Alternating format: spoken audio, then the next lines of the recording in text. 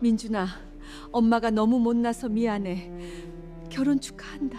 결혼식장 뒤편 하객들 눈에 띄지 않는 구석진 자리. 한 여자가 있었습니다. 흰 장갑을 낀 손으로 입을 틀어막고 눈물이 쏟아지지 않도록 고개를 하늘로 치켜들면서 숨소리조차 내지 못한 채 서 있던 여자. 그 여자는 오늘 결혼하는 신랑의 어머니였습니다. 그런데 그 어머니는 하객석에 앉지 못했습니다. 아들 옆에 서지 못했습니다. 아들의 손을 한번 잡아주지 못했습니다. 왜냐고요? 아들이 어머니를 결혼식에 초대하지 않았으니까요. 어머니는 초대받지 못한 아들의 결혼식을 기둥 뒤에 몸을 숨긴 채 훔쳐볼 수밖에 없었습니다. 도대체 어떤 사연이 있었기에 한 어머니가 아들의 단 한 번뿐인 결혼식을 이렇게 봐야만 했을까요? 오늘 이 이야기를 끝까지 들으시면 아마 많은 분들이 마음 한구석이 무너지는 것을 느끼실 겁니다. 지금 바로 시작합니다. 경기도 수원의 작은 빌라촌. 1990년대 중반 그 동네에는 최정이라는 여자가 살고 있었습니다. 정희 씨는 28배 결혼해서 이듬해 아들 하나를 낳았습니다. 아들 이름은 민준이었습니다. 남편 박 씨는 중소기업 영업직이었고 수입이 그리 많지는 않았지만 세 식구가 살아가기엔 부족함이 없었습니다. 정희 씨는 결혼 후 다니던 회사를 그만두고 전업주부가 되었습니다. 당시엔 그게 당연한 수순처럼 여겨지던 시절이었습니다. 아들 민준이는 정희 씨의 전부였습니다. 외동이었던 민준이는 유난히 어머니를 잘 따랐고 정희 씨 역시 아들에게 모든 것을 쏟아부었습니다. 학원비에 보태려고 당신은 미용실도 못 갔지만 민준이 학습지는 한 번도 끊지 않았습니다.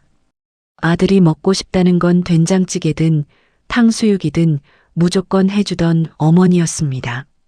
그런데 민준이가 중학교에 들어가던 해부터 집안에 금이 가기 시작했습니다. 남편 박 씨가 달라지기 시작한 것입니다. 처음엔 술자리가 잦아지더니 나중에는 귀가 시간이 불규칙해졌습니다. 정희 씨가 조심스럽게 물어보면 남편은 벽에 주먹을 날리거나 소리를 질렀습니다.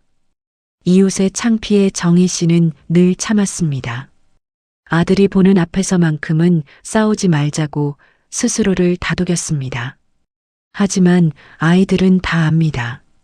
부모가 말을 안 해도 밥상 앞에 흐르는 그 무거운 침묵이 뭘 뜻하는지, 현관문이 쾅 닫히는 소리가 왜 나는지, 어머니가 왜 자꾸 눈이 빨개지는지. 민준이는 중학교 시절 내내 말수가 줄어들었습니다. 어머니에게도 예전처럼 제잘거리지 않았습니다. 학교에서 무슨 일이 있었는지, 친구가 생겼는지 떠났는지 정희 씨는 하나도 알지 못했습니다. 그러던 민준이가 고등학교 입학 후 어느 날 저녁 정희 씨에게 물었습니다. 엄마, 아빠가 다른 여자 만나는 거 알고 있어요? 정희 씨는 그 말을 듣는 순간 숨이 막혔습니다. 알고 있었습니다. 이미 알고 있었습니다.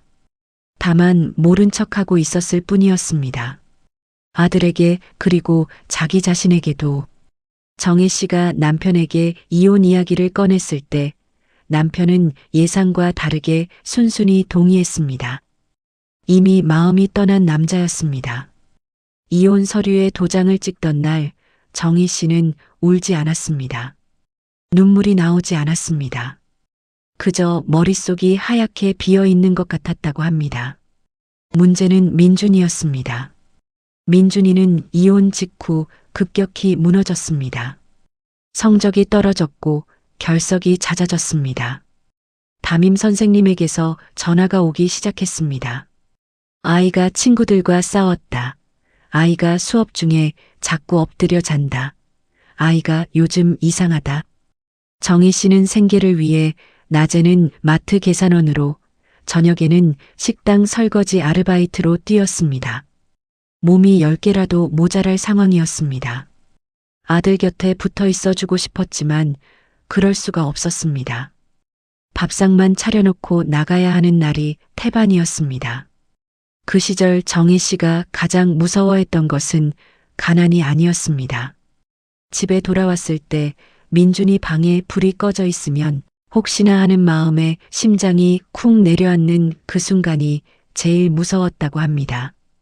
민준이는 다행히 고등학교를 겨우 졸업했습니다. 대학은 가지 않겠다고 선언했습니다. 정희 씨는 붙잡고 싶었지만 그럴 처지가 못 됐습니다. 학비를 댈 방법이 없었으니까요. 민준이는 20살에 편의점 아르바이트를 시작했고 22살엔 건설 현장 일용직으로 나갔습니다. 몸을 쓰는 일을 마다하지 않는 아이였습니다.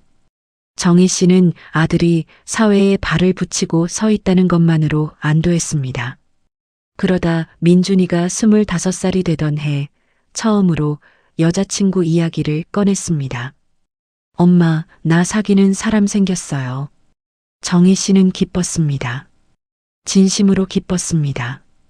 그 험난한 사춘기를 지나 아들이 누군가를 좋아하게 됐다는 것 자체가 정희 씨에게는 눈물 날 만큼 반가운 소식이었습니다. 여자친구 이름은 서연이라고 했습니다. 같은 건설회사 사무직으로 들어온 아가씨라고 했습니다. 대졸이고 집안이 반듯하다고 했습니다. 정희 씨는 언제 한번 데려와라. 밥이라도 한 끼 해줄게라고 말했습니다. 그 말이 모든 것의 시작이었습니다. 서연이 처음 집에 온 날은 늦가을이었습니다. 정희 씨는 그날을 위해 사흘 전부터 준비했습니다. 반찬 가짓수를 세어보고 청소를 2번씩 했고 낡은 소파 위에 새 커버를 씌웠습니다. 작고 오래된 빌라였지만 최대한 깨끗하고 따뜻하게 보이게 하고 싶었습니다. 서연이는 예의 바른 아가씨였습니다. 어머니, 처음 뵙겠습니다라고 깍듯이 인사했고 음식을 맛있게 먹었습니다. 칭찬도 아끼지 않았습니다. 그런데 어딘가 어색했습니다. 정희 씨는 오랜 세월 사람 눈치를 보며 살아온 여자였습니다. 상대가 불편해하는 걸 귀신같이 알아챘습니다. 서연이는 웃고 있었지만 시선이 자꾸 집안 구석구석을 훑었습니다. 낡은 싱크대, 벽에 군데군데 벗겨진 페인트, 작은 냉장고. 그 시선이 뭘 의미하는지 정희 씨는 알 것 같았습니다. 집에 돌아가는 서연이를 배웅하고 들어온 민준이는 말이 없었습니다. 정희 씨가 어떻더냐, 괜찮더냐고 물어도 응 한마디뿐이었습니다. 그 후로 민준이의 방문 빈도가 서서히 줄어들었습니다. 한 달에 2번 오던 아들이 1번이 됐고 한 번이 2달에 1번이 됐습니다. 전화를 해도 바쁘다며 짧게 끊었습니다. 정희 씨는 애써 이해하려 했습니다. 일이 바쁜 거겠지. 연애 중이니까 그럴 수도 있지. 하지만 마음 한켠에 뭔가 불안한 감정이 자꾸 싹을 틔웠습니다. 그리고 그 불안이 현실이 되는 데는 그리 오랜 시간이 걸리지 않았습니다. 민준이가 결혼하고 싶다고 말한 건 사귄 지 1년 반쯤 지났을 무렵이었습니다.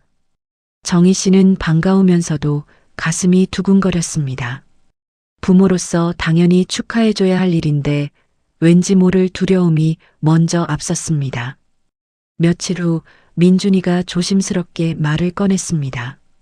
엄마, 서연이네 부모님이 나랑 한번 만나고 싶대요. 그 전에 엄마한테 먼저 말해둘 게 있어요. 정희 씨는 가만히 기다렸습니다. 서연이 부모님이 엄마 직업이랑 사는 환경에 대해서 좀 물어봤어요. 그래서 제가 솔직하게 말했어요. 어머니 혼자 고생하셔서 형편이 좀 어렵다고. 잠시 침묵이 흘렀습니다. 서연이 아버지가 혼수나 예단은 기대 안 한다고 했는데 대신 결혼 후 경제적으로 우리 부부한테 손 안 벌리는 걸 조건으로 하겠다고 했어요. 정희 씨는 그 말을 들으며 속으로 생각했습니다. 그건 당연한 말이고 나도 그럴 생각이 없다고. 자식 결혼시키면서 손 벌릴 생각은 애초에 없었다고. 알았어. 그럼 나는 뭘 해주면 되냐? 민준이가 잠시 뜸을 들이다 말했습니다.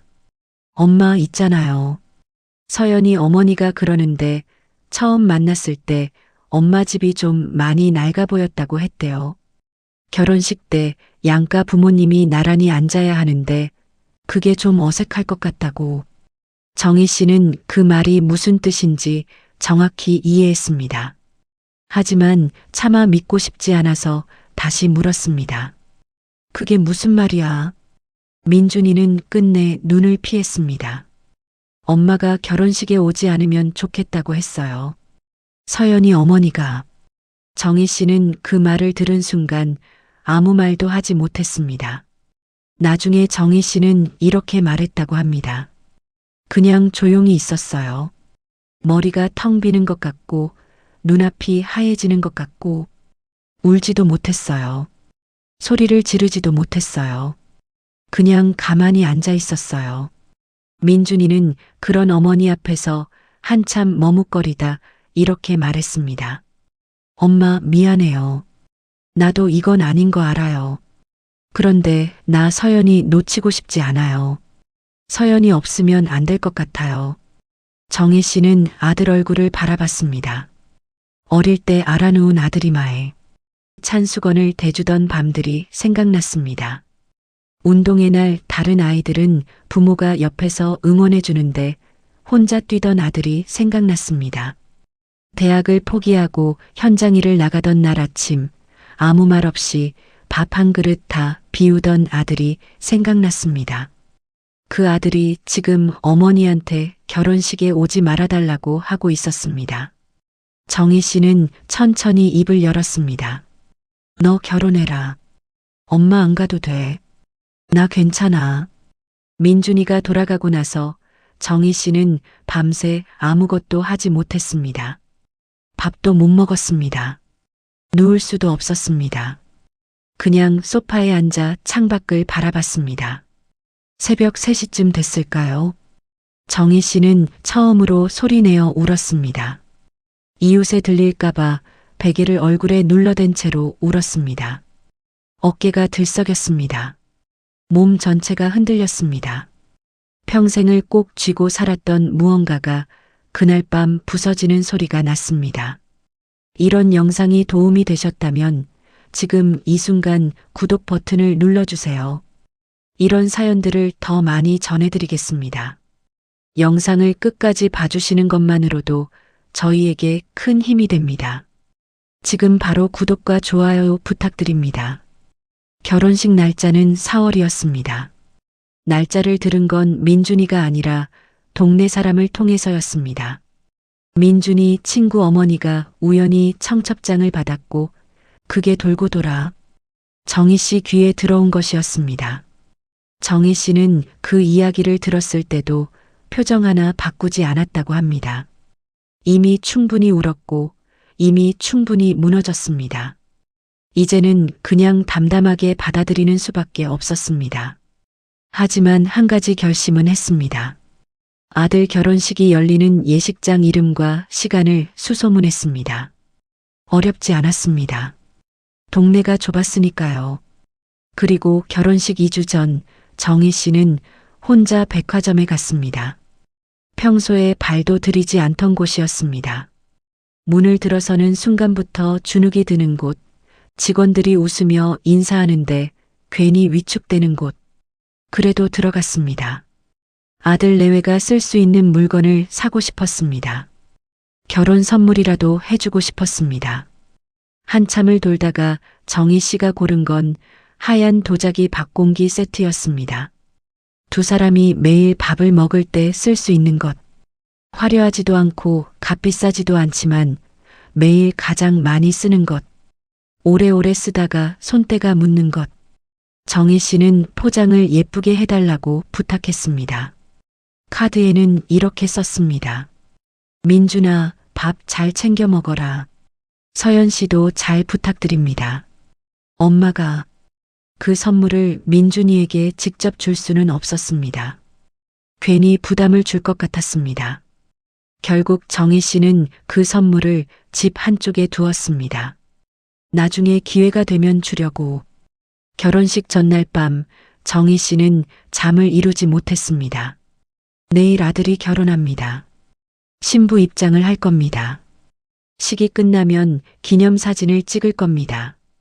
패백을 드릴 겁니다. 어느 하나에도 내가 없습니다. 정희 씨는 그날 밤 결심했습니다. 딱 한 번만, 멀리서라도 아들 얼굴만 한 번만. 4월의 토요일 오전, 정희 씨는 서랍 속에 넣어두었던 옷 한 벌을 꺼냈습니다. 몇 년 전 명절에 한 번 입었던 감색 투피스였습니다. 조용하고 눈에 띄지 않는 색이었습니다. 일부러 그 옷을 골랐습니다. 눈에 띄면 안 됐으니까요. 화장을 했습니다. 오랜만이라 손이 떨렸습니다. 파운데이션을 바르고 립스틱을 발랐습니다. 거울을 보는데 갑자기 눈물이 날 것 같아서 천장을 보며 참았습니다. 예식장은 지하철로 40분 거리였습니다. 정희 씨는 하객들이 입장을 시작할 즈음 도착했습니다. 예식장 앞에는 사람들이 삼삼오오 모여 있었습니다. 정희 씨는 그 사람들 사이로 슬쩍 끼어 들어갔습니다. 아무도 눈여겨보지 않았습니다. 식장 안으로 들어서자마자 정희 씨는 무릎이 떨렸습니다.